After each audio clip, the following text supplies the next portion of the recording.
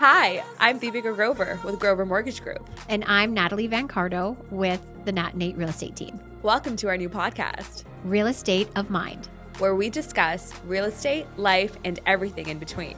We're excited for you to follow us and join in on our journey.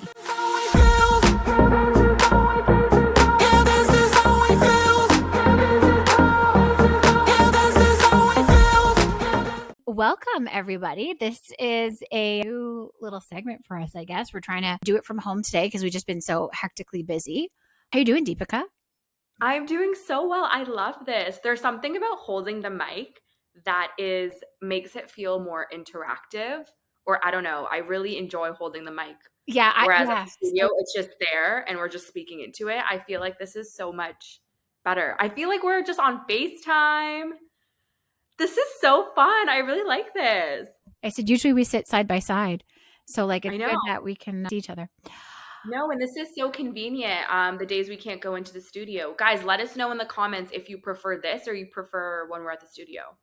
Okay, so today, you guys, we wanted to talk, it's a solo episode, obviously.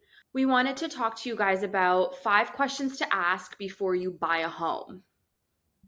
I thought this was a cool topic because nobody really talks about this, I think. I think we've touched on this in prior episodes, but I think this episode, we can dive into it. Yeah, we definitely need a deep dive just to help people understand what they should be thinking of.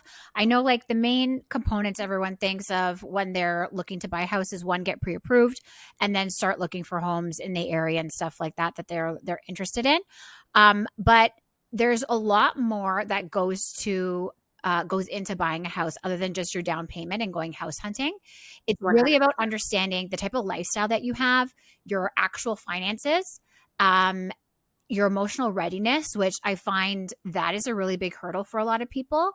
And then learning about the market, learning about entering the market, and then kind of going through the flow of, to reiterate, once they're entering the market, there's a lot of relearning that has to be done because a lot of people think that it is what they're hearing about. And then in actuality, it's a lot different than what the media puts it out to be. 100%. Okay, so we have broken this up into 5 different segments. In each segment, we're going to be discussing pretty deeply. So I would say the first segment we can start off with is, can you financially sustain this house for 5+ years? Yes. So, I always tell people if you're holding a house for roughly 5 years, then you're going to make a profit on it because within that 5 years, you're going to have some variation. Obviously, there's anomalies within this. That's not just kind of the straightforward thing for everything where you may have a home where you're buying at a lower value that needs a lot of work. You're inputting work into it, and that obviously will add to the value in a shorter period of time. But I would say for the average rule of thumb, we can say roughly 4 to 5 years is when you're going to be able to have your break-even point. Which is insane. I don't think anybody thinks about this. I did not think about this when I purchased my home or purchased my investment property. That's an insane number. So 4 to 5 years, you're not going to break even. For this, you have to account for your land transfer tax, which some municipalities like Toronto have a double land transfer tax, which is insane. But average rule of thumb is 1 to 2.5% of the purchase price will be your land transfer tax. Realtor fees on resale, and obviously, Natalie, you can talk about this more. Average 5%, would you say? Yeah, I would say that's fair. And then legal and closing costs. So legal and closing costs, legal fees can range anywhere from $1,000 to $2,000, including legal fees and disbursements, title insurance, all that kind of stuff. And then closing costs, depending on if you're purchasing a resale or a pre-construction property, can also vary. Yeah, that's a big point because pre-construction, your closing costs are going to be a lot higher. A lot, because there's tax as well. There's tax. There's also hookup fees. There's if they're doing development levies and all of that stuff. So there's a lot of extra costs to think about. But yeah, I think that's a fair assessment.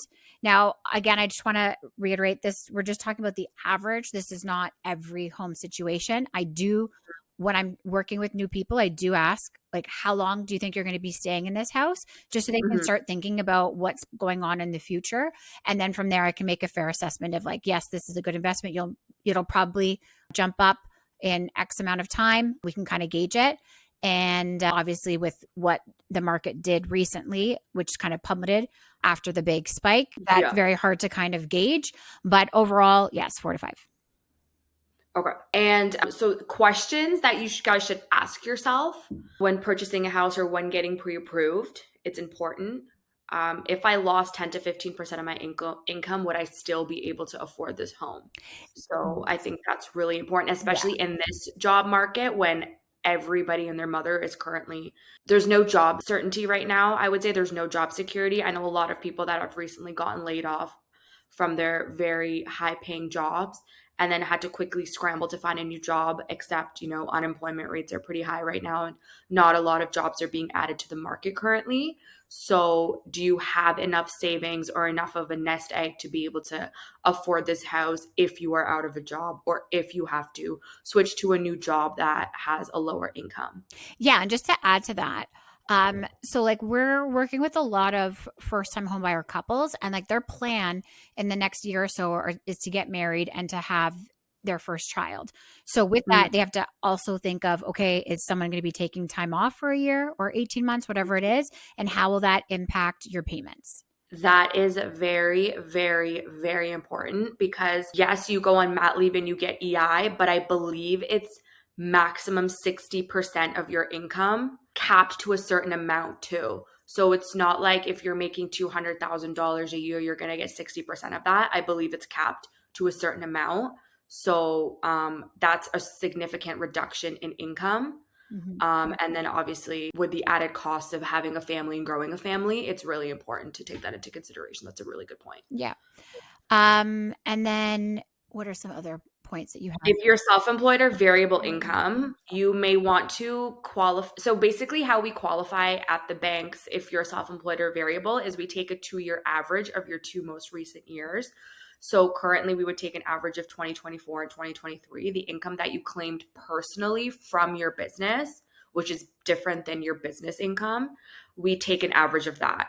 So that's already in itself pretty conservative because people tend to claim less personally than they're actually making in their business. Mhm. However, if you want to be even more conservative, you can, you can yourself take a more conservative number and be like, I only want to be qualified for 500,000 even though I might be able to be qualified for 800,000 based on my income. Does that Yeah, make sense? and it's crazy that roughly like 63% of Canadians are concerned about their ability to keep up with mortgage payments if Yeah. interest rates change. I think a portion of that is the lack of understanding of how it'll affect it and like what how much fluctuation they'll have, because I feel like people just kind of run with the number in their head, but when they Mhm. actually look at it, it's a lot less aggressive. But yeah, so it's staggering to see how many people are just nervous about that. No, it's actually scary. The state of the economy is scary. People are living paycheck to paycheck. I would say a majority of people are living paycheck to paycheck. And I mean, my mortgage is coming up for renewal early next year, and I'm already starting to think about it because it's going to be 3% higher than what it currently is. I locked in at a 1.4 interest rate in 2021, and now my interest rate likely is going to be in the fours, right? So that's huge payment shock. And if you already are living paycheck to paycheck, putting away that extra $1,000, $2,000 just towards your mortgage payment is really, really scary. Like it's scary. Which is probably why, Natalie, you said you were seeing a lot of people thinking about downsizing recently too, right? Yeah, downsizing is a huge thing, even with growing families, just because, like, I know even for ourselves, we're not home half the time because we just are crazy schedule with our work and kids. But a lot of people are looking to minimize as much costs as possible. And when you're downsizing, one, property taxes are going to be less. Your home ideally would be less than the current home that you're in. And then your running costs, like your monthly bills, would be a lot less as well. So people are getting a little bit more cautious about where their money is going and wanting to pivot earlier. Yeah, no, which is really good. It's better to be safe than sorry. It's better to be preventative than get yourself into a situation. I've seen a lot of people that are over leveraged currently. They own 5 to 6 properties and cannot Yeah. afford any of them. Like they had no business purchasing that many properties, but back when interest rates were so low, they were qualifying, so they purchase them. But now, time comes for renewal, and they're unable to afford them, but they're also unable to offload them because sometimes the value of their mortgages are so high, and because because the housing market has plummeted so much, they're just not able to sell the property for as much as they need to pay Yeah. off their mortgages. Like Natalie, you recently had a scenario like that, right? Where the mortgages were more than what the property was selling for. Yeah. So I've been dealing with this. So we had one scenario that I had clients looking at purchasing a foreclosure, and we just wanted to do our due diligence. We got Deepika here to get us all the loans that are attached to the house, and we found out that the actual lender, the first lender who is doing the power of sale, wasn't even going to be covering their costs. And then there was a secondary loan on the property as well. So that would be significantly less money than what they've purchased at and what they're Mhm. selling for. So it was crazy. And then we were dealing with someone else who purchased, and they were just really high interest rates that they're paying. Like the amount a month was ridiculous. And what they could sell for now wasn't what they originally purchased for. So their property has decreased in value. And it was purchased, I think, in 2022 when everything was going kind of crazy. So we're seeing more of that.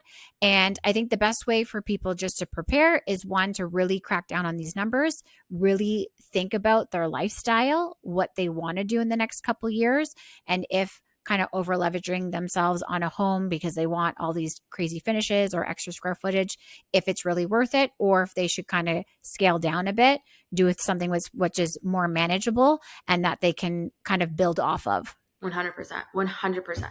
Yeah. We cannot emphasize how important this is, but definitely think about that. So think about, can we afford this for the next 5+ years? Because even if this may not be your forever home, maybe circumstances just arise that you just are not able to sell it. So you need to be able to afford it. Exactly. Okay, the next question is, have you factored in all the costs? So we just spoke about some costs in the last segment, which was land transfer tax, legal fees, title insurance. Those are all, included in the closing costs, which rule of thumb is about 2% of the purchase price. Mm-hmm. Then there's also home inspection, there's appraisals. So home inspections can range anywhere from $400 to $700. Appraisals going through a bank are usually up around $300, but if you're going through a B lender or a private lender, then they can be anywhere from $500 to upwards of $1,000. Some I've seen appraisals be as much as $2,000, depending on the size of your property, if it's a luxury home, the value of your property. Other costs that are really important to take into consideration, which we take into consideration when we do your application, is property tax, utilities, maintenance. Maintenance, I think, is something that nobody considers. Sorry, I just want to interject. This is my favorite part. It is so nerdy, but this is my favorite part of just like sitting down either with a new buyer or like a seller and like breaking down all of the costs with them, because a lot of people don't even realize half of the fees that are going to be attached to it. Yeah. One that I forget if you mentioned it or not was title insurance. It's something that a lot of people don't think of until closing, and they're kind of hit with it right when they're dealing with their lawyer. Which is important to kind of budget for too. It's not a crazy item, but it's just something that you want to factor in when doing all of this. But yeah, maintenance, again, you'll have an idea of what is going to be coming up for you to repair in your home when you do the inspection. So it's good for them to kind of be with the inspector and understand what the age of the roof is, what's the condition of this, or whatever it is. So they can start tallying up items in their head. If they're not a today issue, they may be in the future, so that people can properly budget. So maintenance is not something that you need to be as cognizant of if you're purchasing a pre-construction, because the property is brand new and hopefully you don't have any issues. And if you do, then Terry on will cover it for the first 7 years, depending on what it is. There's different tiers of what they cover. Yeah. But if you're purchasing a resale, it is very, very, very important to budget for this, because I know a lot of people who are like, oh, my AC just went out. That's another $4,000 to $5,000 I have to spend. My roof just went out. That's like $15,000 to replace that. Mm-hmm. There's so many things Sometimes your driveway, the asphalt, it's cracking. You need to replace that. There's just so many little things. So a good rule of thumb is 1% of the value of your home is something that you should have set aside and just have it there so that if you run into these unexpected costs, you're not frazzled and you're able to tackle them, right? Yeah, and then another one, like you mentioned, was the condo fees. It's kind of crazy sometimes when you're at a certain threshold in the market where you can purchase a freehold at maybe a certain amount of money more, or you can do the condo, and the condo fees will actually add up to the same amount as it would be for a freehold. So you really Yeah. need to kind of think about this and figure out. Some people just like that the condo kind of takes care of a certain amount of things and it's kind of an ease for them. But maybe sometimes if you're at that threshold, to consider just tacking that onto a mortgage because you're going to be paying it anyways and might as well pay it to yourself than a condo fee that may go up. 100%. And condo fees, you guys, are getting ridiculous. They've always been bad in Toronto area, but now they're getting bad in the GTA as well. My condo fees for my property are $670 and it's an 800 square foot condo. It's not, a huge condo. It's pretty average size, I would say, for a condo, but and they go up every year too, I'm pretty sure. Like they just jack them up by a certain amount every year. So condo fees is definitely something you want to take into consideration.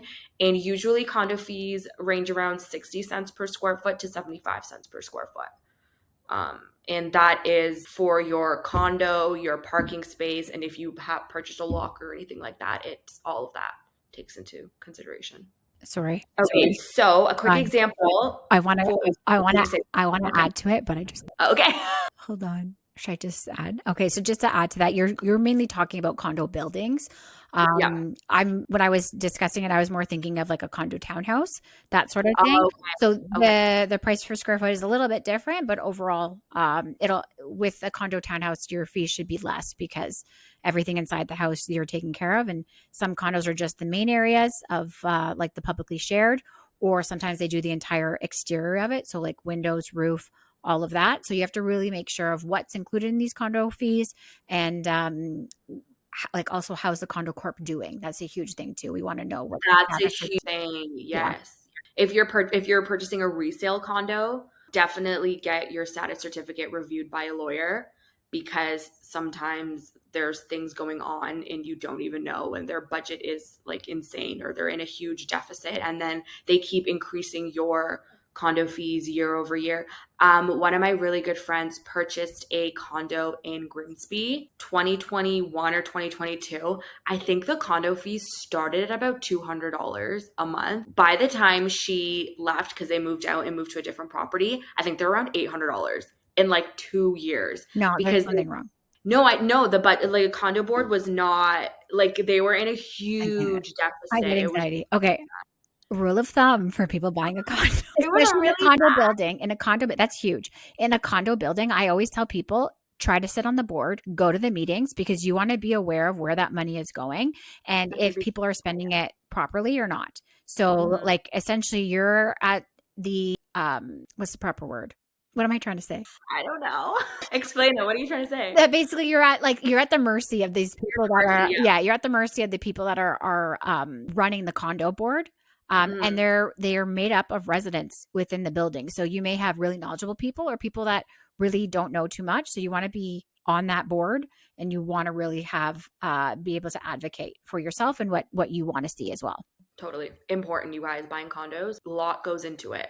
Like you said earlier, Natalie, I completely agree with you. You see the lower price point and you're like, oh, this is great. Like it's an entry level home that I can get myself into, which is so true. But there's a lot of costs that you also need to take into consideration that don't come with a freehold. Okay, so quick example. So for a $700,000 home, your minimum down payment is going to be $45,000 because it's minimum down payment goes from $0 to $500,000 as minimum. $25,000 you have to put down, and then for every 100,000 after that, it's 10,000.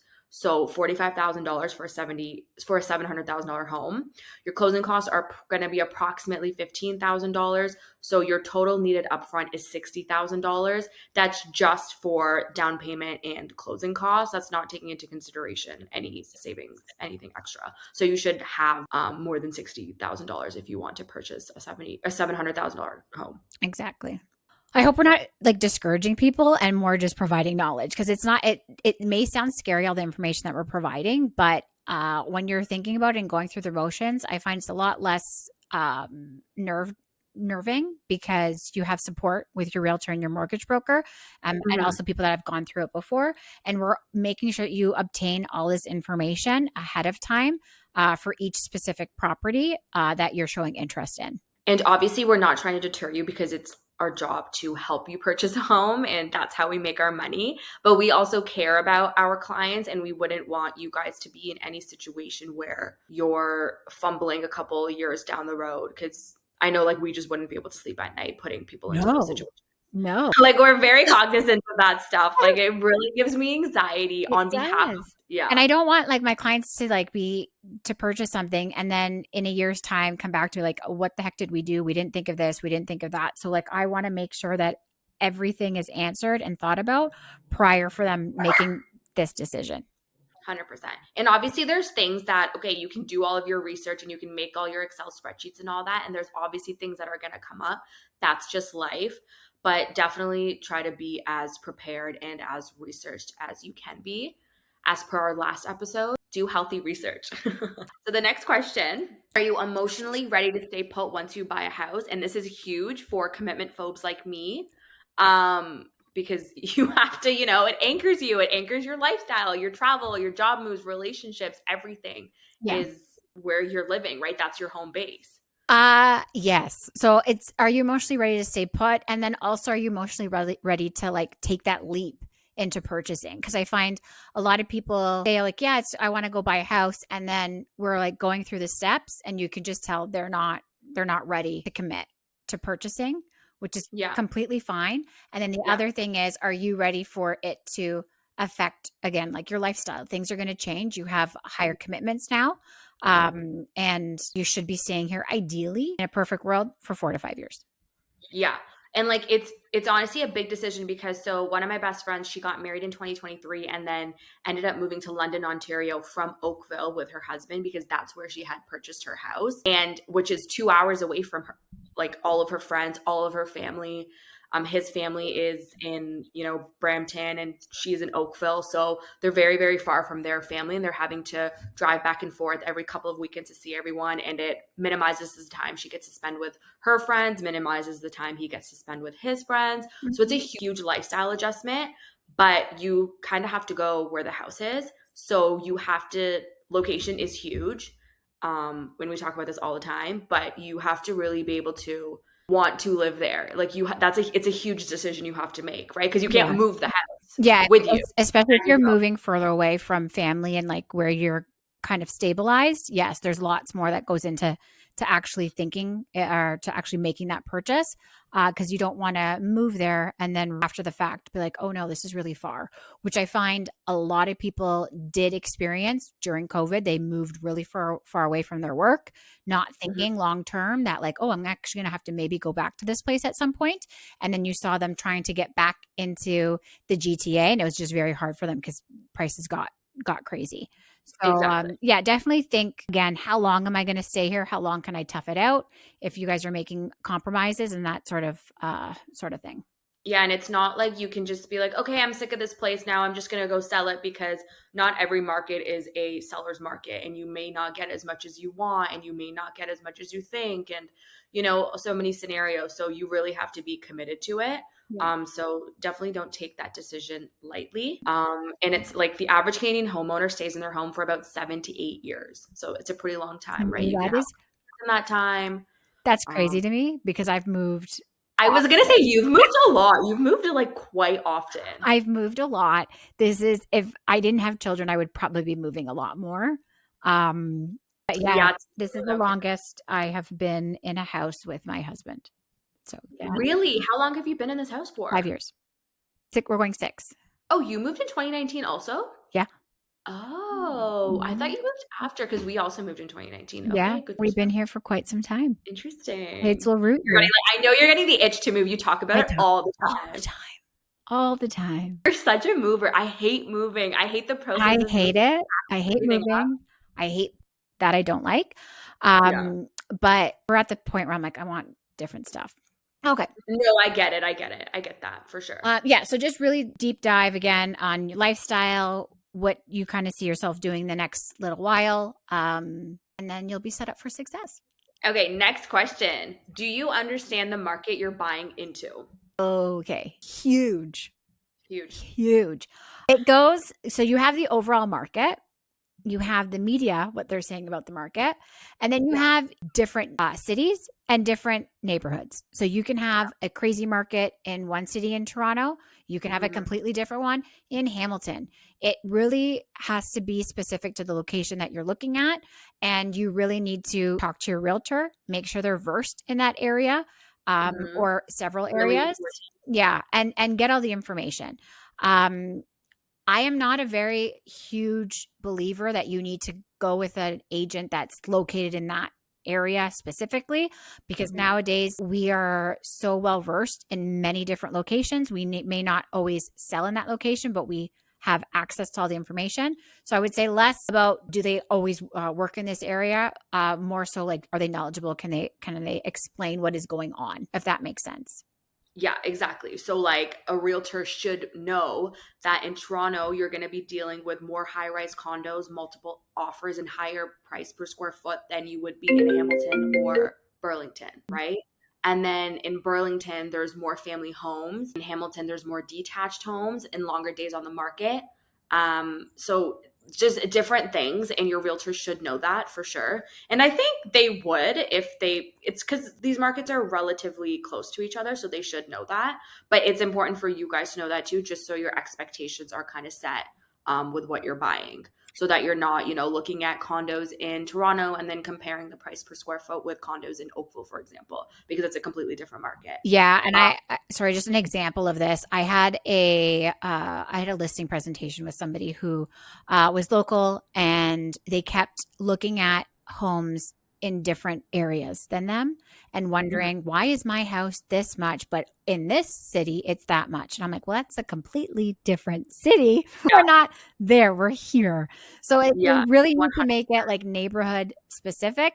And like Mhm. sometimes it's so nuanced as, especially in Toronto, you could have north of this street is really good, and then south it's not so great. So you really need to understand the nuances within each different city. Well, that's the same with like Oakville and Burlington too. Like I think South Burlington and South Oakville by the lake would be a lot more expensive than North Oakville and North Burlington, like north of Dundas, for example, right? Or north of Upper Middle would be Yeah. expensive than Mhm. by the lake. So yeah, you're so right. Even by neighborhood in each city is a different market. So Exactly. obviously each city is going to be a different market. So yeah, it's very, very important to understand that. Mhm. Things you can track, and obviously Natalie, you can speak to this more: average price per square foot and days on market. So why is it important to track days on market and then list to sale price ratio? Why do you think those are important?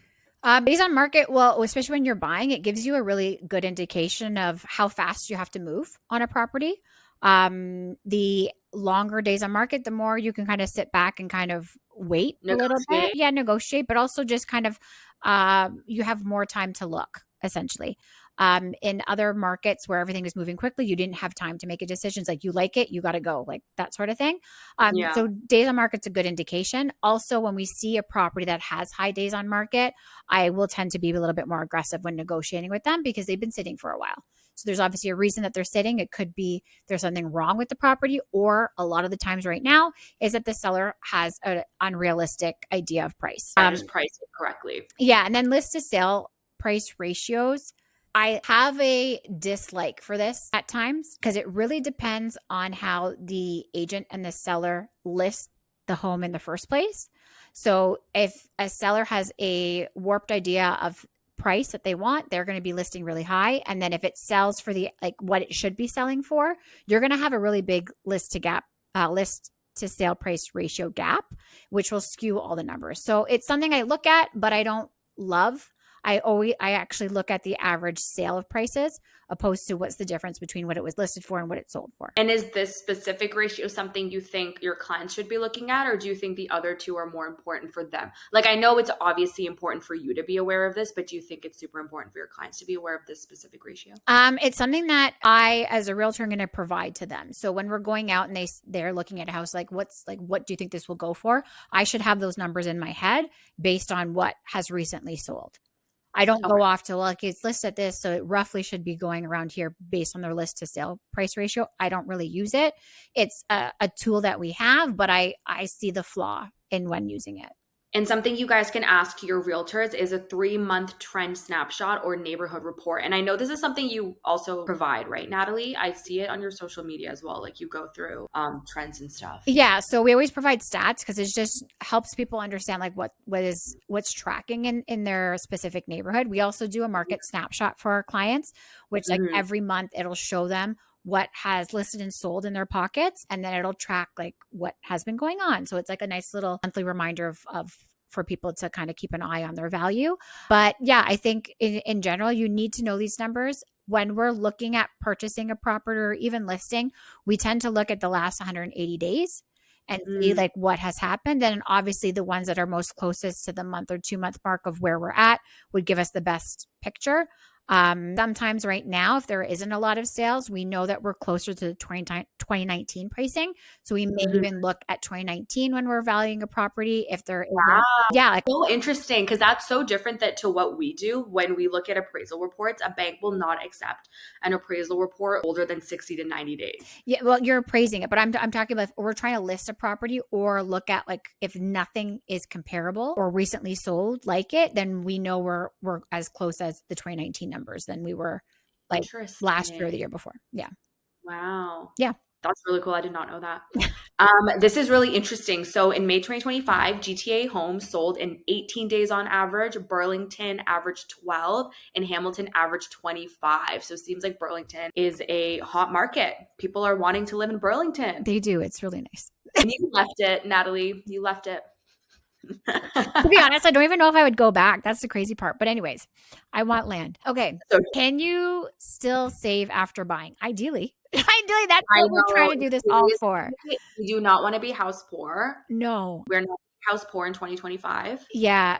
I Not. I would honestly, when we were dealing with people during COVID and just like the craze of like overbidding, I was always nervous and would always kind of tell them, okay, like we're hitting a part of like you're offering more than what I'm comfortable with you offering. And I used to get them to sign something because at the end of the day, I don't want them putting it on me that I'm pushing them to go over this, especially when we didn't know if the appraisal was going to come back in. So like I guide That's people. really smart. Yeah, I guide people through that threshold. And if they love it so much that they want to go above and beyond what I'm recommending, then I can't stop you. But I just wanted to like, I've advised you and you're making your own choice. But yeah, you don't want to be house poor. And the idea of house poor is that you can't do anything. Other than afford your house. Like you can't go on trips, Exactly. you can't have fun with your kids, you can't, buy a pair of shoes or whatever, right? Yeah, and I think this is a little bit more hitting home right now just because everything is inflated in terms of Mhm, living expenses. So I mhm, think a lot of people are feeling it and that's why mhm. a lot of people are thinking about like downsizing or just changing their house because it is a lot to manage. So on a good rule of thumb is your housing costs, and a ratio that we use when we're doing your mortgage applications is your housing costs are your mortgage payments plus like your principal plus interest payments, and your heat and your property taxes per month should not be over 39% of your gross income. So Mhm. your income before taxes, it should not increase over that. Yeah. And if it is, then chances are you're going to be house poor because that's not even accounting in like that's not even taking into consideration all of the other payments that you have to make, Yeah. like car payments and other debt payments or just whatever else. Mhm. So that's really really important. 46% of Canadians are saying home ownership has made them cut back heavily, which is so Yeah. believable. Now, I would say I'm surprised it's as low as 46%, honestly, because a lot of my clients are having these pain points. Yeah. So it's definitely something that we've been seeing more often than not. Mhm. And if you're in this situation, I always say you're not alone. So don't think you're alone. I know it can be overwhelming, but that's just the state of the economy right now. Yeah. But And then very again, it's going back to thinking about what are we doing in the next little while? Are you going to get married? Are you having children? Like all these will have these are large ticket items that you should be considering before buying this beautiful mansion that yeah, may not be worth it. yeah. And then can you save roughly 500 a month minimum after your closing? Is that possible? Which is honestly a good amount of money, pretty good amount of money. Yeah. $6,000 a year, not bad. Okay. So honest conversations to have with, so that was the 5 questions we would suggest. Now we're just wrapping it up. And some honest conversations to have with your partner is or whoever you're purchasing the house, or if you're purchasing it by yourself, ask yourself this question: what happens if one of us, or if I lose our job for 6 months? Do we have a nest egg? Do we have an emergency fund? Do we have family or friends that we can lean on in times of despair? So that's a really important question. I can Um, say that half the people don't have these conversations. And when like we're going through houses and like I'm learning to get to know my clients, if I mhm. don't have a previous relationship with them, I like will ask certain questions to get them to think. And then you'll see of like, oh yes, they've discussed this before, or like they kind of look at each other like, I have not even thought of that. So like Yeah. it's stuff that you kind of prime them to make sure that they're considering all these things before they make a very large purchase, or if they're like looking at the top end of their budget, and then maybe let's look at something a little bit less extraneous. And it's crazy how many couples don't discuss finances. And it's something that's really important to discuss. If you are purchasing a house with somebody else, it's likely the largest purchase you're ever going to make in your life, and Mhm. you're going into it with somebody else, and it's, a legal situation you're getting yourself into. Both of your names are going to be on title. So it's really important to go over your finances with the person you're purchasing the house with. And a contract. Yeah. So very important. Yeah, and then a good thing is like, what's one question you wish you asked before buying your home? Do you have one in mind? Um, Honestly, what I would ask myself is like, why do I want a home? Like, what does it mean to me? Like, is this just something I'm doing because I feel pressured to do it? Or is it something that I actually want to do? Is it an actual goal of mine? Mhm. Because I know, like, I think people sometimes get pressure, especially in North America, people get pressure to purchase homes just because it's the dream. It's the North American dream to own a home, right? Yeah. So really ask yourself, am I pushing myself to buy this house because I want it, or because people are telling me I need to have it, or because there's my parents expect me to have it, or my partner expects me to have it, or whatever the case is. Yeah. I think the one thing that I've always thought after we've moved, I was always really close minded before children of like location and where I would Mhm. be open to. And now I wish back then I was more open to different areas or explored a little bit more than just kind of deciding within like what I knew. So you're thinking that you wouldn't have moved to Rotterdam if you had done more research about Would I? locations? I don't know. I don't know. Well, no, because you want land, and there's not a lot of land No, in Rotterdam. I wish I would have thought, yeah, like no, even with our last home, like there's so many different times when we moved where I was the one that was kind of restricting location of like I'm only in Burlington, I'm only here or wherever it was. And I think I should have explored more before Mhm. making my purchases. But Yeah. to be honest, I spend a lot less time on my purchases than my clients, which is really backwards, but that's okay. Yeah. We always do. Yeah. We always do. Yeah. So true. All right. Okay, I think that's it. Another couple things, some tools to mention, which would be helpful, some practical tips. Yep. Budgeting apps, or just make like an Excel spreadsheet with a budget. I've recently made a budget for myself, and Yes. it scared me. Right? So I think it's important to do, especially if you're avoidant like me. It really scared me. I was It's like, good how that's much am scary. I spending every single month? I don't want to know. Yeah. But it honestly, it provides clarity, and then you kind of know, like, okay, like this is what I've allocated X amount, and sometimes you feel like you're a lot richer than what you perceive. It can have the 100%. And opposite it's effect. really cool. So the last couple of days, I sent my American Express statements, like credit card statements, into ChatGPT. And I told ChatGPT, I was like, pretend like you're an accountant. I want you to go through these statements and analyze them and tell me exactly how much I've spent and categorize my spending just so I know. Oh, Because the past couple of months, I've spent double of what my normal credit card spend is. And I was like, what's going on? But I also took 2 trips in the yeah. past couple of months. So I knew why I was overspending, but I still wanted to see it because I'm a very analytical person. Mhm. And it broke down everything for me. And it was very scary to see. And it was even like, okay, like, do you now want me to give you some tips in how to rein in your spending? And I was like, yeah, please do. You Because I don't need that coffee every day. no, no, it literally said that. It was like, this is how much you're spending on travel. This is how much you're spending on eating out, which was an astronomical amount. I could fully Yeah. just make my food at home. So it's really enlightening to do that. I think it's people just get caught up in because credit cards are so easy. You just tap, right? Yeah. But once you go back through your statements, you're like, oh, okay, What did let's I rein it do? Yeah. in. Yeah. So that's really, really cool. So if you guys have access to ChatGPT or any budgeting tools, I would highly recommend doing that. Mhm. Even though it is a scary exercise, it's very cool. You know what also is fun? You can make a game with your partner if you guys are looking to purchase and see like how much you guys can save. Like make it a game of who can save more in a month. Because then it'll actually get you to Oh start my like God, that would thinking, work. I'm so competitive. right? That would work on So me. it's Yeah. like, oh, like, well, I saved this. How much did you save? Or I didn't do that this month. So like, you got to make it fun because it is a stressful thing. That would be so fun for me. Oh my God, I would spend $0. I'd be like, I'm winning this game no matter what. No, that's sweet. That's sweet.